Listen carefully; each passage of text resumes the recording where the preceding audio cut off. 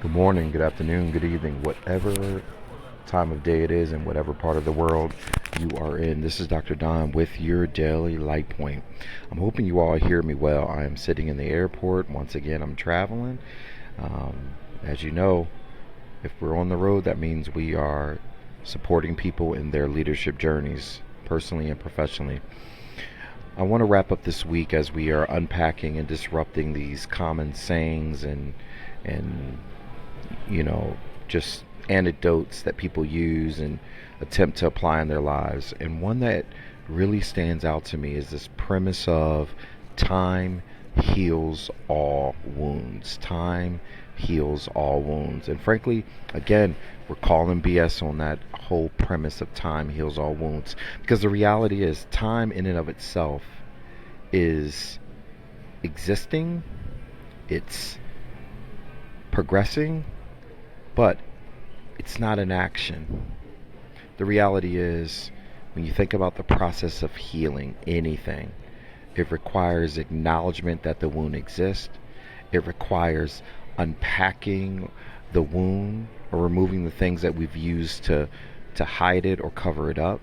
It requires, in many ways, cleaning it out, taking out what has become toxic, what has become normalized, and creating space for the healing process to begin. It includes recognizing what led to the wound in the first place and ensuring that we mitigate the opportunity for the wound to occur. It includes treating it, nurturing it so that it minimizes the scar that's left behind. It requires action, it requires work. Healing requires action and work. Time in and of itself does nothing for us unless we evaluate what we do during that time. That's value added as part of our healing process, as part of our improvement process. In many ways, when you think about the premise of time healing wounds, it's almost putting you down the accountability ladder into this victim mindset of, let me just wait and hope.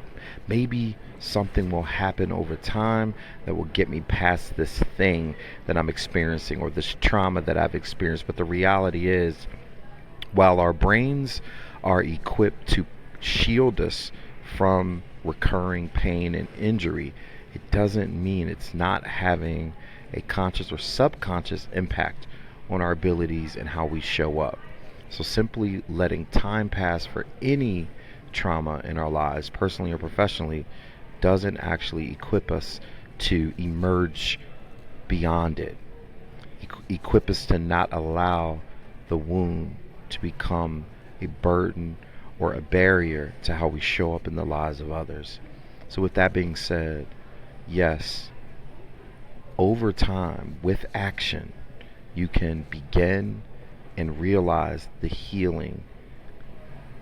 But without action, time in and of itself does nothing but pass you by. With that being said, thank you for tuning in to our daily light points all week.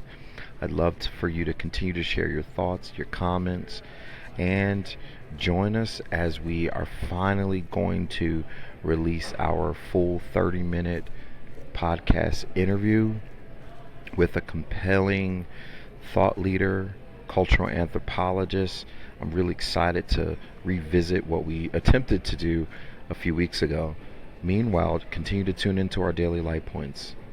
Real leaders, real talk, real time. Thank you.